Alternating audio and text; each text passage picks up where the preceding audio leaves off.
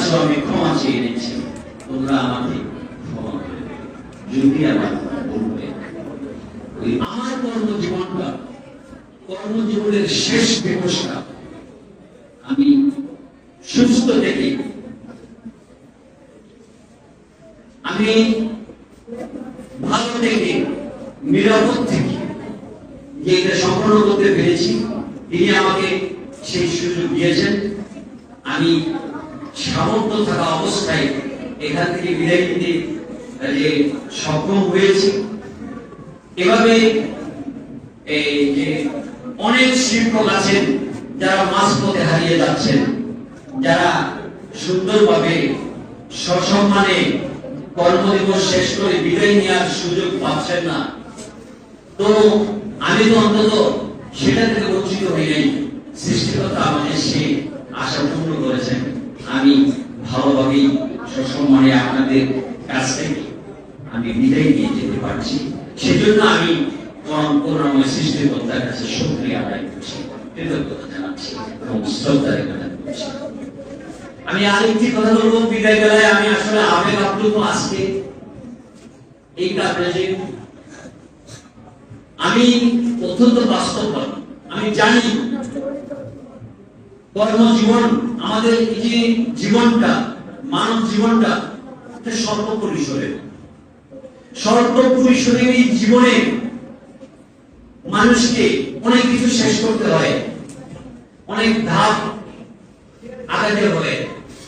ছোটবেলার একটা ধাপ আছে, শিক্ষা জীবন একটা আছে, তারপর কর্মজীবন, তারপরে বার্ধক্য, শেষ।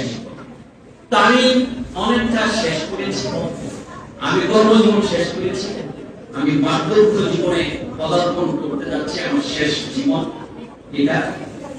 সেই এই যে শেষ জীবনটা, আমি অবসর জীবনটা যেন আমি ভালোভাবে অন্তত হাসি খুশিতে কাটাতে পারি, সেই দোয়া এবং যে আশীর্বাদ আমি সবার কাছ থেকে কামনা করব। আমি যাওয়ার প্রেক্ষাপটে দাঁড়িয়ে একটি কথা বলবো,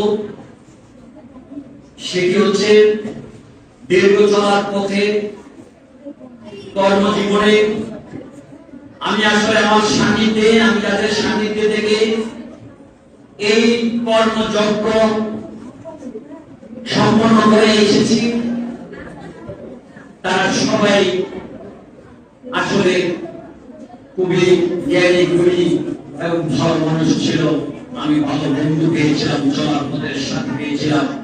আমার কর্ম জীবনা উত্তর আমি চূড়ান্ত করার সুযোগ পেয়েছিল তাদের সান্নিধ্যে থাকার কারণে। তো আবারও কথা বলছেন আপনারা,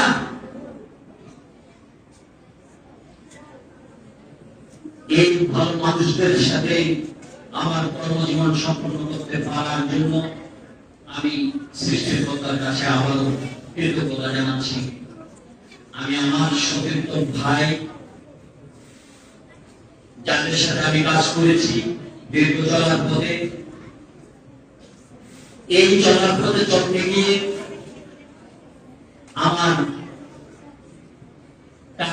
কারণে সময়ে অসময়ে আমি যদি তার মনে কষ্ট দিয়ে থাকি, তার মনে যদি ব্যথা দিয়ে থাকি, আঘাত করে থাকি, সেটা আমি বলবো সেটা আমার অনিচ্ছাকৃত অপরাধ। আমি জেনে শুনে অপরাধ করার পক্ষে ছিলাম না কখনো, হয়তো বাকি জীবনেও আমি সেরকম ইচ্ছা আমার থাকবে না। আমার অনিচ্ছাকৃত অপরাধের জন্য আমি আমার বন্ধুবর মোহাম্মদ ইব্রাহিম সাহেব থেকে শুরু করে সুযোগ্য ভারপ্রাপ্ত প্রধান শিক্ষক জনাব মোহাম্মদ তৌহিদুল ইসলাম চৌধুরী সাহেব থেকে শুরু করে আমার সাথে অন্যান্য শিক্ষক, আমার বন্ধুরা যারা এখানে উপস্থিত নেই, হয়তো না, সেটা আমি জানি। তাদেরকে যখন আমি দেখেছিলাম আসেন, Raju sir, Runa ma'am, Iliasuddin sir, Roni sir, Rakib Hasan sir সহ গৌতম স্যার, উনাদেরকে আমি বলছিলাম স্যার আসেন একসাথে বসি। উনারা আমাকে বললেন স্যার আপনার যে বিদায়, আপনাকে যে বিদায় দিতে হচ্ছে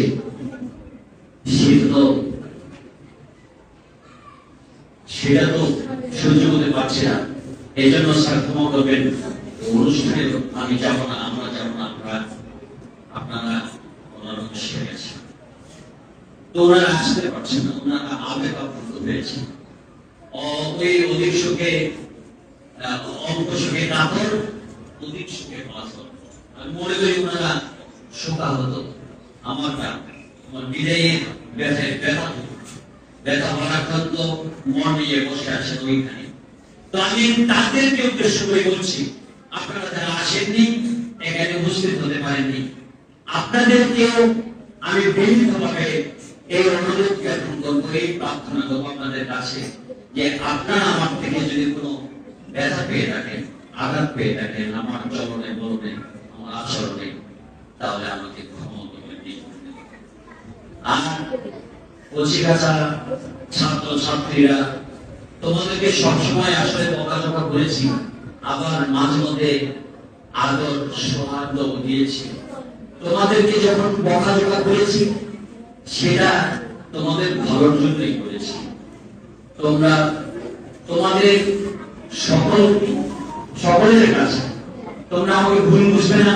তোমাদের জন্য আমার অন্তর থেকে দোয়া থাকবে, আশীর্বাদ থাকবে, তোমরা বড় হও, অনেক বড় হও, বাংলাদেশের আনাচে কানাচে ছড়িয়ে পড়ো, শিক্ষার আলো জ্বালিয়ে দাও, সমাজের কাজ করো, সেই প্রত্যাশা থাকবে। এবং পাশাপাশি তোমাদের কাছেও আমি ক্ষমা চেয়ে নিচ্ছি, তোমরা আমাকে ক্ষমা করে দেবে। যদি আমার